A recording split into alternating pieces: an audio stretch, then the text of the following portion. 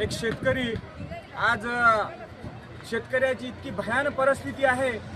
41 degree Celsius तापमानामध्ये आज हे रांगा लागल्या या पंपावर आणि सरकारला याचं काहीही देणं घेणं उरलेलं नाही।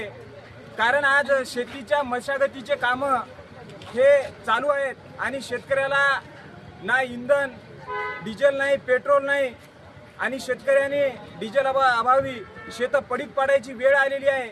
माझी मोदी सरकारना एक विनंती आहे की तुम्ही जे 2014 मध्ये जे आश्वासनं दिली होती 35 रुपये प्रमाणे डिझेल, हे आश्वासन तुमच्या खिशामध्ये राहू द्या, पण आज कमीत कमी शेतकऱ्याला डिझेलची व्यवस्था करून द्या। कारण हे तुम्ही पाहू शकता, आज एवढ्या रखरखत्या उन्हामध्ये येतं शेतकरी डिझेलसाठी रांगा लावून आहेत।